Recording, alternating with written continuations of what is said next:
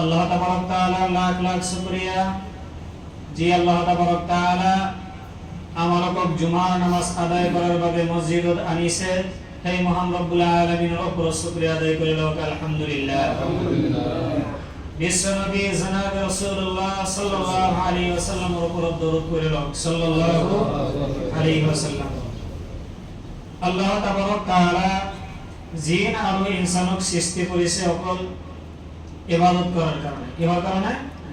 কেবলমাত্ৰ ইবাদত কৰাৰ কাৰণে, আৰ বাকি কোনো কামৰ কাৰণে আল্লাহ তাবাৰক তাআলা পঠাৱা নাই। আল্লাহ তাবারক তাআলা কয় ওয়া মা খালাকতুল জিন্না ওয়াল ইনসা ইল্লা লিয়াবুদুন।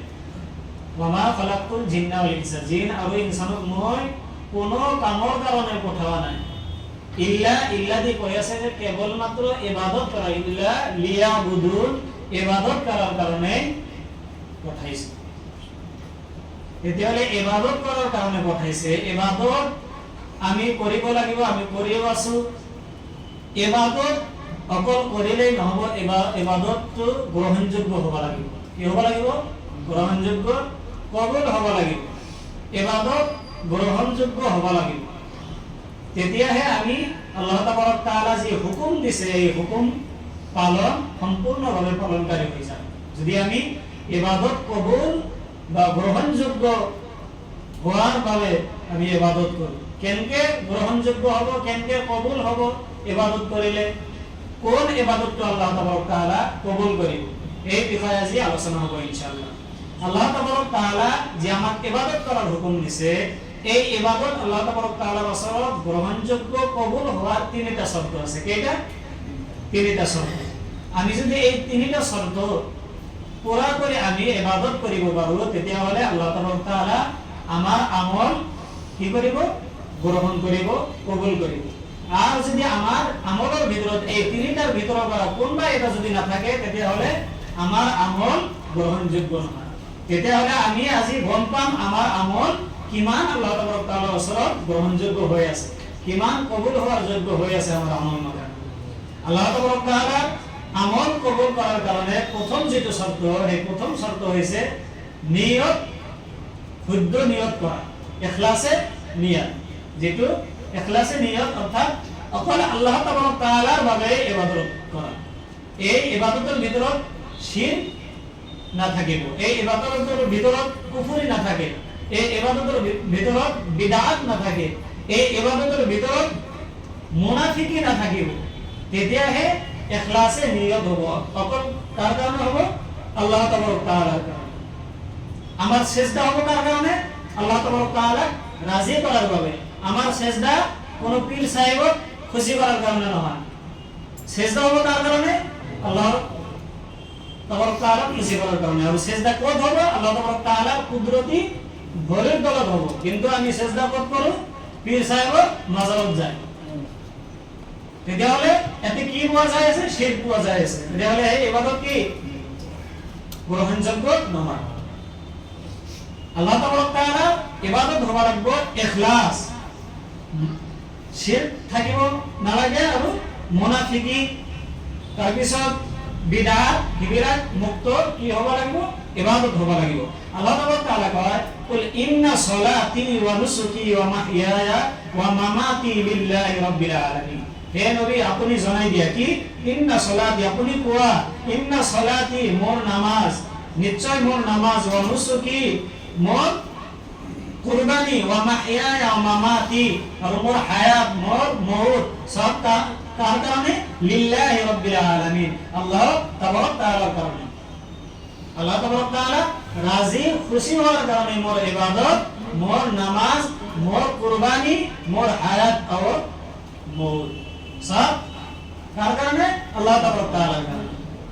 আল্লাহ তাবারক তাআলা নবী সাল্লাল্লাহু আলাইহি ওয়াসাল্লামক কব দিছে, মানে গোটেই উম্মত সকলক কব দিছে যে তোমালোকে কি কেবলমাত্র আল্লাহ তাবারক তাআলা মোক রাজি খুশি করার কারণে কি করা? ইবাদত করা।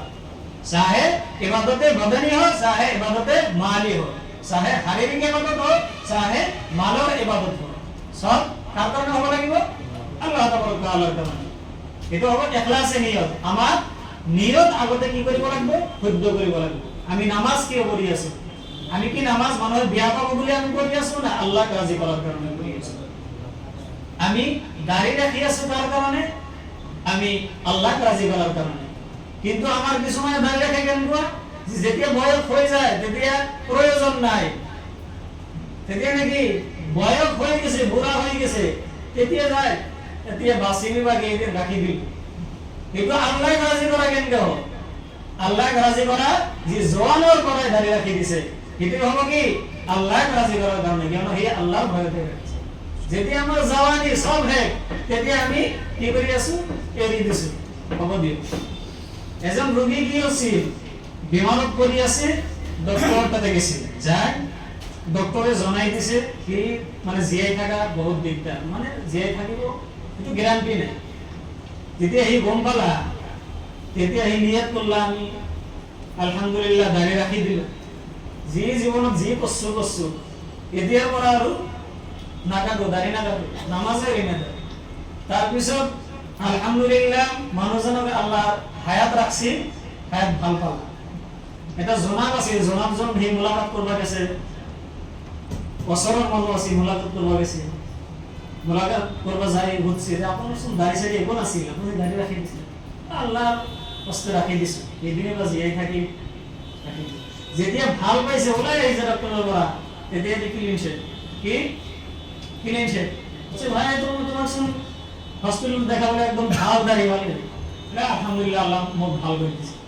কিমান থাকিবাস মানুহ, আল্লাহ তাআলা তার এক ফাঁকি দি আছে, আল্লাহ তাআলা কি কৰি আছে, ধোকা দি আছে।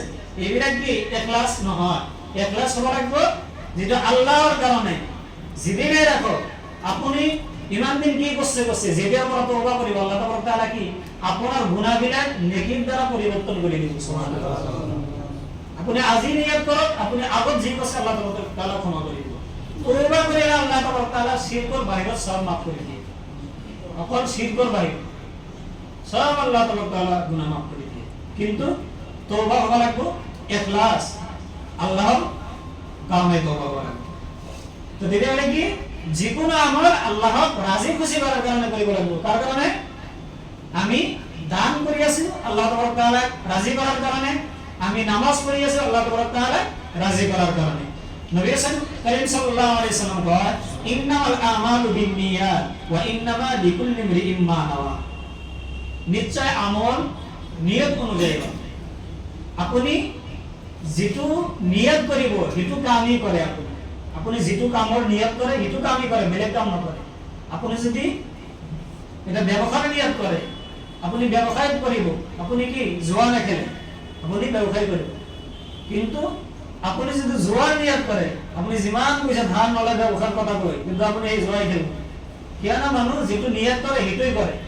আৰু ওয়া ইন্নামা লিকুল্লি ইমৰিইম মা নাওয়া, আৰু আপোনাৰ কামৰ আপোনাৰ যেটো পুরস্কার হবে এটা আপনার নিয়ত অনুযায়ী হবে। কি হবে? নিয়ত উপরত আপনার পুরস্কার। ওয়া ইন্নামা লিকুল্লি ইমরিইম মা নাওয়া ফামান কানাত হিজরাতুহু ইলা দুনিয়া ইউসিবুহা। গতিকে এটা এই হাদিসত এটা উদাহরণ দিছে যে কোনবা ব্যক্তি যদি দুনিয়া পাওয়ার বাবে হিজরত করে, কোনবা জায়গাত ব্যবসার কারণে হিজরত করছে, দুবাই আমেরিকা কোথাও হিজরত করছে দুনিয়া কামার বাবে, তেতিয়া হলে সেই তার মকসদ সাকসেস হয়ে যাব, সেই দুনিয়া পাই যাব। আর তার এই দুনিয়া আর ইলা ইমরাতিন ইয়ানকিহুনা, নাইবা কোনবা যদি কোনবা ছোৱালী বিয়া পাতাৰ কাৰণে হিজৰত কৰে, বহুতে ছোৱালীলে আপিলে পলাই যায় নহয়, সি লৈ যায় কিহৰ কাৰণে, বিয়া পাতার কারণে। তার কি কয় মা ইলা মা হাজরা ইলাই, তার নিয়ত এই বিয়া পাতাটোই হৈ যায়। তো নিয়ত আপনি আমি যেটো কৰিম, যেটো খালিস নিয়ত হ'ব সেইটোই আমাৰ ফলাফল হ'ব। মই আপনি যেটো নিয়ত কৰিম এই নিয়তৰ ওপৰত কি হ'ব, আমাৰ পুৰস্কাৰ হ'ব। তেতিয়াহ'লে কি নিয়ত আমাৰ ঠিক কৰিব লাগিব। আমি যেতিয়া নিয়ত ঠিক কৰিম তেতিয়াহ'লে আমাৰ আমলত গ্ৰহণযোগ্য এটা ধাপ পৰিপূৰ্ণ হ'ব। তেতিয়াহ'লে এক নম্বৰ শৰ্ত কি, ইখলাসে নিয়ত, নিয়ত শুদ্ধ কৰা। নাম্বার 2 নাম্বার হল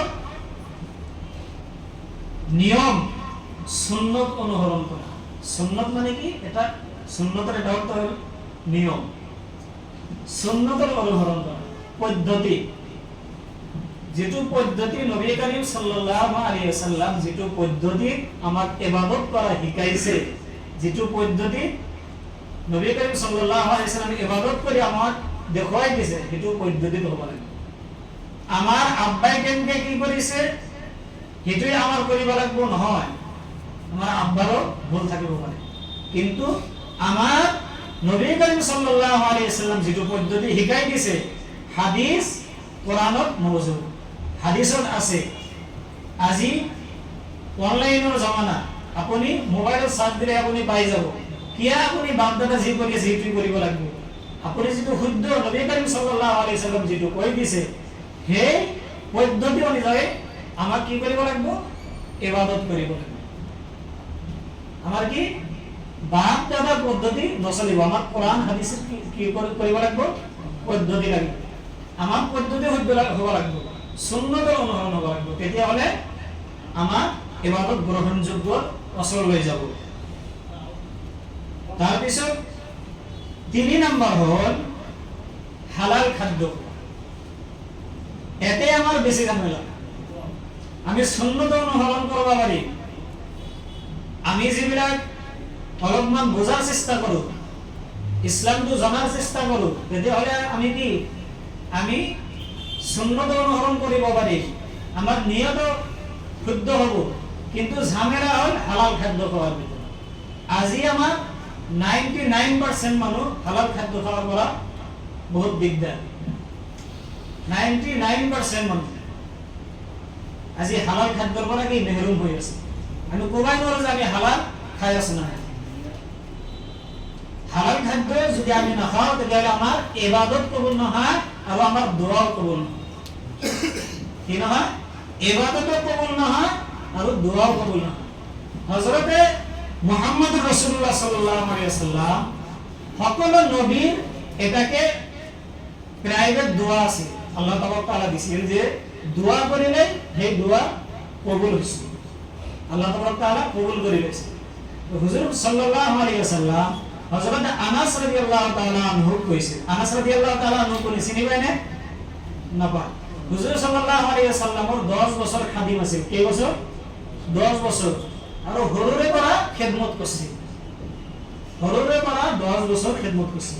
খেদমত করার কারণে নবী করিম সাল্লাল্লাহু আলাইহি ওয়াসাল্লাম বলছিল, হে আনাস, তুমি মোর ওচৰত ইমান দিন খেদমত কৰিছা, কেতিয়াও কোনো বস্তু খোজা নাছিল, আজি তুমি মোৰ ওচৰত এনেকুৱা এটা বস্তু আছে যেটো তোমাৰ প্ৰয়োজন, মই আল্লাহৰ ওচৰত খুজিলেই দি দিওঁ, দোয়া কবুলৰ আজি দিম। আনাস ৰাদিয়াল্লাহু তাআলা হৰু মানুহ চিন্তা করলা কি খুঁজো, চিন্তা করি করি হি ওলানা কি রাসূলুল্লাহ সাল্লাল্লাহু আলাইহি ওয়াসাল্লাম করা, ইয়া রাসূলুল্লাহ সাল্লাল্লাহু আলাইহি ওয়াসাল্লাম, মোক আপুনি আল্লাহৰ ওচৰত মোৰ কাৰণে দোয়া কৰক, মই যাতে জান্নাতত যাই আপোনাৰ খেদমত কৰিব পাৰোঁ। সুবহানাল্লাহ। জান্নাতত যাই কি কৰিব পাৰোঁ? আপোনাৰ খেদমত কৰিব পাৰোঁ। সৰু এটা আবদাৰ নহয়, সৰুকে কিন্তু খুজিছে। ৰাসূলুল্লাহ সাল্লাল্লাহু আলাইহি ওয়াসাল্লাম আচৰিত হৈ গৈছে, ইমান সৰু মানুহৰ দিমাগ কেনেকৈ আহে। যিজন মানুহে জান্নাতত যদি ৰাসূলুল্লাহ সাল্লাল্লাহু আলাইহি ওয়াসাল্লামক খিদমত কৰিব যাৱাৰ ইচ্ছা কৰিছে, যিজন মানুহে জান্নাতত ৰাসূলুল্লাহ সাল্লাল্লাহু আলাইহি ওয়াসাল্লামক খিদমত কৰিব যাব, তেতিয়াহ'লে তাক নবী যিটো জান্নাতত গৈছে সেইটো জান্নাততে থাকিব লাগিব, হয় নে নাই? চিন্তা কৰিছে না? যিটো জান্নাতত নবীসকলে থাকিব সেইটো জান্নাতত থাকিলে নবীসকলক খিদমত কৰিব পাৰিব। এটা এমলৰ কেতিয়ালে খেদমত কৰিব পাৰিব? যেতিয়া এমলৰ ঘৰত থাকিব তেতিয়াহে। যেটো জান্নাতত নবীসকলে থাকিব সেইটো জান্নাতত থাকিলে নবীসকলৰ খেদমত কৰিব পাৰিব। তেতিয়ালে কিমান ডাঙৰ খুজিছে যে নবীসকলৰ জান্নাতত থাকিব দোয়া কৰিছে। ৰাসূলুল্লাহ সাল্লাল্লাহু আলাইহি ওয়াসাল্লাম ক'লে যে আনাস তুমি সৰু কিন্তু তোমাৰ মাথাত বুদ্ধি বিৰাট, তুমি সৰুকে খুজিছা কিন্তু তুমি পাই গৈছা বহুত ডাঙৰ। তেতিয়ালে এজন সাহাবী হুজুর সাল্লাল্লাহু আলাইহি ওয়াসাল্লাম কইছি, ইয়া রাসূলুল্লাহ সাল্লাল্লাহু আলাইহি ওয়াসাল্লাম মোর কারণে একটা দোয়া করা যাতে মোর দোয়া কবুল হয়, মোর ইবাদত কবুল হয়। কইছিল, হে সাহাবা, তুমি হালাল খাদ্য খাও, তুমি যদি হালাল খাদ্য খোৱা তেতিয়াহ'লে তোমাৰ দোয়া কবুল হয়। সুবহানাল্লাহ। তেতিয়াহ'লে হালাল খাদ্যৰ ভিতৰত আমি হালাল খাদ্য নাখাওঁ, সেইকাৰণে আমাৰ আজিকালি দোয়াও কবুল হয়, আমাৰ দোয়াও কবুল হয়, আমাৰ ইবাদতও কবুল হয়। আমাৰ দোয়া ইবাদত কবুল হওয়ার কারণে হালাল খাদ্য অবিহনে আমার দোয়া আর ইবাদত কবুল নহয়। নবী করিম সাল্লাল্লাহু আলাইহি সাল্লাম কয় আন আবি হুরায়রা রাদিয়াল্লাহু তাআলা আনহু قال قال رسول الله صلى الله عليه وسلم ايها الناس ان الله طيب لا يقبل الا طيب। হে মানব মণ্ডলী, হে মানব হকল, তোমালোকে কি করে? ইন্নাল্লাহ তাইয়্যিবুন, নিশ্চয় আল্লাহ তাআলা পবিত্র। কি? আল্লাহ তাআলা পবিত্র। লা ইয়াকবালু ইল্লা তাইয়্যিবান, আল্লাহ তাআলা পবিত্র বাহির এক কবুল না করে। আল্লাহ তাআলা পবিত্র, পাক পবিত্র কি করে? কবুল করে। ওয়া ইন্নাল্লাহা আমারাল মুমিনিনা বিমা আমারা বিহিল মুরসালিন। আর জিকির আল্লাহ তাআলা নবী করিম সাল্লাল্লাহু আলাইহি ওয়াসাল্লাম নবী সকলক অর্ডার দিছিল। আল্লাহ তাআলা হেইটো তোমালোকক অর্ডার দিছে। আর হেইটো হল কি? হালাল খাদ্য। আল্লাহ তাআলা নবী সকলক হালাল খাদ্য খাওয়ার কারণে কি করেছে? নির্দেশ দিছে। আর সেই নির্দেশ গোটেই উম্মতে মুসলিমাক নির্দেশ দিছে যে তোমালোকে কি করা? হালাল খাদ্য খাও। কি না? আল্লাহ তাআলা হালাল বস্তুই পছন্দ করে। কি না? হালাল না হলে আল্লাহ তাআলা কবুল না করে। যিজনে হালাল না খায় সেইজন কি? মুত্তাকি। মুত্তাকি সকলক আল্লাহ তাআলা কি করে? ইবাদত কবুল করে। আল্লাহ তাআলা কয় ইয়া আইয়ুহার রাসূলু কুলু মিনাত তাইয়্যিবাত। হে নবী সকল, হে রাসূল, তোমরা কি করো? মিনাত তাইয়্যিবাত, কুলু মিনাত তাইয়্যিবাত, পবিত্র খাদ্য গ্রহণ করো। পবিত্র খাদ্য, হালাল খাদ্য খাওয়া। ওয়া আমালু সালিহান, নেক আমল করা। ইন্নী বিমা তা'মালুনা আলীম, নিশ্চয় আল্লাহ তাআলা সকল বিষয় তোমাকে যে করি আছে সব বিষয় আল্লাহ তাআলা কি জানেন। এতে নেক আমলের আগত আল্লাহ তাআলা কুলু মিনাত তাইয়্যিবাত, হালাল খাদ্য খাওয়ার অর্ডার দিয়েছে। আগতে কি করেছে? তোমাকে হালাল খাদ্য খাওয়া, নিজকে পবিত্র করা। তারপিছত ওয়া আমালু সালিহান, তোমাকে কি করা? নেক আমল। তোমাকে আগতে আল্লাহ তাআলা হালাল খাওয়ার কারণে অর্ডার দিয়েছে, পিছনে আমলের কথা কই আছে। তেতিয়াহলে এই হালাল খাদ্যর কিমান গুরুত্ব। আজি আমি 5 ওয়াক্ত নামাজ পড়ো, পড়ার পিছনে আমি কি করব? তীর খেলার তাতে আমি টিকিট কাটার কারণে এই করি থাকি। তীর খেলা তাতে টিকিট কাটি থাকি। চিন্তা করেছে? আমি 5 ওয়াক্ত নামাজি, তথাপি আমি তীরের কারণে রেডি হই থাকি, ফ্রি পয়সা কম করি। আমার ইমান মেন্টালিটি, আমার বাগাত দিয়ে থাকে, আমার কি পয়সা লাগে। আমি তো পরিবারে থাকি, পয়সা আমার নিজে নিজে একাউন্ট ঢুকবো পারে। ইমান সহজ না। আল্লাহ তাআলা কি করেছে? মেহনত করবা দিছে, হাত ভরে কিয়া দিছে, আপনার দিমাগ কিয়া দিছে। আপনি বিজনেস করো, বিজনেস আল্লাহ তাআলা কি করেছে? হালাল করেছে। আপনি বিজনেস করো, আপনি কি করি আছে? 5 ওয়াক্ত নামাজ পড়ে আপনি জুয়া খেলি আছে, আল্লাহ তাআলা জুয়া হারাম করে দিয়েছে। আপনি হেঁটেই করি আছে, এটা হালাল কেমনে খাও? হালাল হাজি সাহেব খুদ খাই আছে, হাজি হজ করি আছে, খুদ খাই আছে। কি মূল্য থাকে? 5 লাখ, 6 লাখ, 10 লাখ টাকা দিয়ে হজ করি, কি মূল্য থাকে? আপনি আমি কি করি? আপনি আমি যদি হাজিরা করে খাব লাগে, আমার হালাল খাদ্যের বিষয় কি কৰিব লাগিব? গুৰুত্ব দিব লাগিব। ইয়া আইয়ুহাৰ ৰাসূল কুলু মিনাত তাইয়্যিবাত, তখন ৰাসূল আমল কোৱা নাই, গোটেই উম্মতক কৈছে তোমালোকে কি কৰা? আগতে হালাল খাদ্য খোৱা, তাৰ পিছত নেক আমল কৰা। আল্লাহ তাআলা আৰু এটা আয়াত কয় ইয়া আইয়ুহাল্লাযীনা আমানু কুলু মিনাত তাইয়্যিবাত মা রাযাকনাকুম। হে ইয়া আইয়ুহাল্লাযীনা আমানু, ঈমানদার সকল, তোমালোকে হালাল রুজি খোৱা। কোন ৰুজিৰ পৰা? তোমাক যে মই ৰিজিক দিছো, এই ৰিজিক যি দিছো হে খাই লবা, এনেকুৱা নহয়। মা ৰাযাকনাকুম কুলু মিনাত তাইয়্যিবাত, হে ৰিজিকৰ পৰা তোমালোকে কি কৰিবা? বাছনি কৰিবা কৰি যিবিলাক হালাল সেইবিলাক তুমি খাবা। কুলু মিনাত তাইয়্যিবাত, কুলু মিন তাইয়্যিবাতি মা রাযাকনাকুম, তোমাক যে আমি রিজিক দিছো এই ৰিজিকৰ পৰা হালাল রিজিক বিলাক তুমি খাবা। হালাল নিজে রোজগার করিবা। কি করিবা? হালাল রুজি রোজগার করিবা। হালাল খাদ্য আমি না খাওয়া, এই কারণে আমার দোয়া কবুল না হয়, ইবাদত আমার কেন্দ্রে কবুল হবে। তেতিয়াহলে কি? আমার হালাল খাদ্য খাওয়া লাগবে, তেতিয়াহলে আমার কি ইবাদত কবুল হবে। সুন্নাহ যাকার রাজুলু ইউতিলু সাফারা আশআসা আকবারা ইয়ামুদ্দু ইয়াদাইহি ইলা সামাই ইয়া রাব ওয়া মাতআমুহু হারামুন ওয়া মাশরাবুহু হারামুন ওয়া মালবাসুহু হারামুন ওয়া গুযিয়া বিল হারাম ফাইন্নী ইস্তাজাবু লিযালিক। হাদিস রাসূলুল্লাহ সাল্লাল্লাহু আলাইহি সাল্লাম এটা উদাহরণ দিছে যে এজন ব্যক্তি সফৰত গেছে, ব্যৱসায় বা কিবা কামত সফৰত গেছে, আহি তাৰ কাপোৰ লেতেৰা হৈ আছে, তাৰ চুলি উল্টা পুল্টা হয়ে আছে, তার অবস্থা বহুত বেয়া। হি আল্লাহ রাসূল দোয়া করি আছে, হে আল্লাহ কি করা, মোক ক্ষমা করা, মোক রুজির ব্যবস্থা করা দিয়া আল্লাহ রাসূল দোয়া করি আছে। নবী সাল্লাল্লাহু আলাইহি সাল্লাম কয় যে সেইজন ব্যক্তির খানা হারাম, সেইজন ব্যক্তি যি পান করে পানীয় সেইবিলাক হারাম, সেইজন ব্যক্তি যি কাপড় কিনছে সেই হারাম মানৰ দ্বাৰা কাপড় কিনছে, তাৰ গোটেই বদন তাৰ গোটেই শৰীৰ কি হাৰাম পয়সাৰ দ্বাৰা কি কৰিছে সি ব্যবহাৰ কৰি আছে, তেতিয়াহলে সেইজনৰ দোয়া কেনেকৈ কবুল হ'ব? ৰাসূলুল্লাহ সাল্লাল্লাহু আলাইহি সাল্লাম প্ৰশ্ন কৰি আছে যে সেইজনৰ দোয়া কেনেকৈ কবুল হ'ব?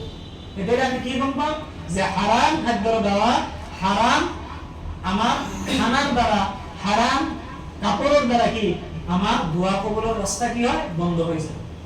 কিন্তু আমি আমার হারাম নিজে খাই আছো, নিজের ল'ৰা ছোৱালীক খাই আছো। কিয়ামতেৰ দিনে যিসকলে হাৰাম খাদ্যৰ দ্বাৰা নিজৰ ল'ৰা ছোৱালীক লালন পালন কৰি আছে, সেই সকলৰ কাৰণে কিয়ামতেৰ দিনে নিজৰ ল'ৰা ছোৱালী কি কৰিব, আসামিৰ কাঠগড়াত থিয়া দিব যে মোৰ আব্বা মোৰ কি দোষ আছে, মোৰ আব্বাই মোক হাৰাম খোৱাই কি কৰিছে, লালন পালন কৰিছে, কষ্ট করা নাছিল, ইনকাম করা নাছিল, হি হারামের রাস্তা উপার্জন করে। আল্লাহ তাআলা তার রুজি দিছে, কিন্তু দুটা রাস্তা দিছে। কেইটা রাস্তা? দুটা রাস্তা দিছে। দুটা রাস্তা আপনার রুজি হিমানে পাবো। আপনি যদি আপনার নসিবত যদি আপনি 5 করোড় টাকার মালিক থাকে তাহলে আপনি হিমানে পাবো, কিন্তু রাস্তা দুটা, এটা হল হারাম আর এটা হল হালাল। আপনার বাঁচি লব রাখবো কোনটা দিয়ে আপনি ইনকাম করিব, আপনি কোনটা দিয়ে আপনি রোজগার করিব, সেইটো আপনার চুজ। যেনে আল্লাহ তাআলা জান্নাত আৰু জাহান্নাম বনাইছে, সেইটো আপোনাৰ চুজ কৰি ল'ব লাগিব যে মই কোনটোত যাম, জান্নাতত যাম নে জাহান্নামত যাম। রুজি আল্লাহ তাআলা আপোনাৰ যিমান আছে সিমানে দিব, কিন্তু ৰাস্তা দুটা, আপনি হাৰামত দিয়ে ইনকাম কৰিব পাৰে হিমানে কৰিব, আৰু হালাল ৰাস্তা দিয়ে ইনকাম কৰিলে হিমানে কৰিব। কিয়ামতৰ দিনা সেই ল'ৰা ছোৱালী আপোনাৰ আমাৰ কাৰণে কি কৰিব, সাক্ষী দিব যে মোৰ আব্বাই মোক হাৰাম খুৱাই লালন পালন কৰিছে, মোৰ একো দোষ নাই, মোৰ আব্বাক লৈ যাম। তেতিয়া আমি কি কৰিব, এই ফেৰেশতাসকলে সেই ল'ৰা ছোৱালীৰ আব্বাক লৈ জাহান্নামত লৈ চিন্তা কৰক, যাক আমি ইমান মেহনত কৰি যাৰ কাৰণে লালন পালন কৰি আছে, সিহঁতে আমাৰ বিৰুদ্ধে কি কৰিব, সাক্ষী দিব। তেতিয়াহ'লে আমাৰ দায়িত্ব, কৰ্তব্য যে ল'ৰা ছোৱালীক হালাল ৰোজগাৰ দি লালন পালন কৰা, নিজেও হালাল খোৱা। তেতিয়াহ'লে কি আমাৰ দোয়া কবুল হ'ব, ইবাদত কবুল হ'ব। তেতিয়াহ'লে কেইটা শর্ত দেন? তিনিটা। কেইটা? তিনিটা। এটা হল একলাসে নিয়ত, নিয়ত শুদ্ধ কৰিব লাগিব, আৰু এটা হল সুন্নত পদ্ধতি হ'ব লাগিব। আমার নিজের পদ্ধতিতে হলে হব না, নহব। যেনে আমি এটা উদাহরণ দাও, বহুত ভাববো জনাব আমার বাপ দাদার নিয়ম বিলাক চেঞ্জ করে, না চেঞ্জ করে দিয়া নাই, আপনি মানে মুখ বুঝাই দিলে ময়ো মানিলাম ইনশাআল্লাহ। যেনে কোথাও দোয়া করবা গেলে বা মসজিদত দোয়া করার শেষত কি কয়, জনাব অলপ জিয়ারত করে দিও, কি করে দিও, জিয়ারত করে দিও। এতিয়া কথা হৈছে জিয়ারত শব্দৰ অৰ্থ কি, কোনে কোনে জানা কোৱাচোন? জিয়াৰত শব্দৰ অৰ্থ, জিয়াৰত মানে সাক্ষাৎ, কি কৰা, সাক্ষাৎ। ৰাসূলুল্লাহ সাল্লাল্লাহু আলাইহি ওয়াসাল্লাম কৈছে তোমালোকে বেছি বেছিকে কবৰ জিয়াৰত কৰা। এতিয়া কি সাক্ষাৎ কৰিবা দিছে আমাক? কবৰত সাক্ষাৎ কৰিবা দিছে, কবৰত সাক্ষাৎ কৰিবা। এতিয়া আমি মসজিদৰ পৰা থিয়া দি দোয়া কৰিলো, জিয়ারত হল নে? কবর আমি সাক্ষাৎ হল নে? হৈছে। যেটো ইসালে সোয়া কবর রাখার কারণে যেটো দোয়া আমি শুন এনে নামাজের পিছতো কৰি আছো, কবাত দোয়া কৰবা গেলে তাতেও কৰি আছো, কিন্তু থিয়া দি আকৌ যে জিয়াৰত কৰিছে সেইটো জিয়ারত বুলি নকয়। এই হেতু হল আমার বাপ দাদার নিয়ম, সেইটো সুন্নত নহয়। সুন্নত হল কি কবরস্থানত যাই জিয়ারত কৰা। এতিয়া কব যে জনাব আপোনালোকে সন্তোষ কৰে, ঠিকে আমালো কৰব, কিয় না আমাৰ কবৰস্থানত যাব লাগব, আমি কই থাকি ইয়াৰ পৰাই হৈ যাব, এই জনাব না কাটব, কেন ইয়াৰ পৰাই হৈ যাব, দিও এই কবরস্থানত যাব লাগব, লৈ যাব। তেতিয়াহ'লে আমার জানবা লাগবো যে সুন্নত পদ্ধতি কোনটি। জিয়ারত হইছে কি কবরস্থানত যায় দোয়া করা, আর জিয়ারত বেশি প্রয়োজন যে মাইয়েতত কই জিন্দা মানুষের প্রয়োজন বেশি। কেন রাসূলুল্লাহ সাল্লাল্লাহু আলাইহি ওয়াসাল্লাম কইছে যে তোমালোকে বেশি বেশি কে জিয়ারত করা, কিয়নো তোমালোকৰ মওতৰ কথা স্মৰণ কৰো। মওতৰ ৰাসূলুল্লাহ সাল্লাল্লাহু আলাইহি ওয়াসাল্লাম কোৱা নাই যে তোমালোকে বেশি বেশি কে জিয়াৰত কৰা, কবৰ আযাব মাফ হবে। কি কইছে? তোমালোকৰ মওতৰ কথা স্মরণ করো। আমি ইয়ার পরে যদি জিয়ারত করো আমার মওতের কথা স্মরণ হবো কেন কেন? আমার অলপ বুঝিব লাগবো, জনাব আমার বিরুদ্ধে গেছে, বিরুদ্ধে নয়, অলপমান বুঝিলে গম পাম যে জিয়ারত কাক কয়, আমার নামাজ কাক কয়, অলপ অলপ এটা এটা যেনে তবলিগ কাট কয় এটা এটাকে শব্দ যদি আমি অর্থ বুজি পাওঁ তেতিয়াহ'লে আমাৰ বুজি আহিব যে কাক কয় তেতিয়াহ'লে বেয়া হ'ল নেকি সব বেয়া বলে জুলুম কৰা হ'ব বেয়া বলে জুলুম অলপ বুজাৰ চেষ্টা কৰিব লাগে হয় নে নাই আমাক যি নিয়ম আহিছিল হ'ব পাৰে মেইন কৰি এই জিয়াৰতৰ বিষয় আমি জনাম মাখা বেয়া কৰিছো কবৰস্থানত যাব লাগিব বুলি আৰু বহুত কিবা কি আছে আমি বেয়া কৰিছো দোষ আমাৰে কিন্তু আমি উচিত কথা নাপাওঁ আৰু ক'বাই লাগিব কিয়নো যদি আমি আজি আপোনালোকক এই হক কথা মাখা নাজানা তেতিয়াহ'লে কিয়ামতৰ দিনা আল্লাহ তাআলা এই জুয়ৰ এটা কেঁচি ল'বলৈ এই জিবা মাখা যদি কাটি দিব এতিয়া আপোনালোকেও বেয়া বলে আমাৰ ক'ব লাগিব ভাল বলে ক'ব লাগিব আৰু আপোনালোকে ভাল বেয়াৰ কাৰণে কোৱা নাই আল্লাহ তাআলা এখলাসে কি নিয়ত আল্লাহ তাআলা যাতে ৰাজি হয় যে মানুহক শুদ্ধ কথাটো জনাইছে এতিয়া যিয়ে মানিব নামানিলে তাৰ পাৰ্সোনাল মেটাৰ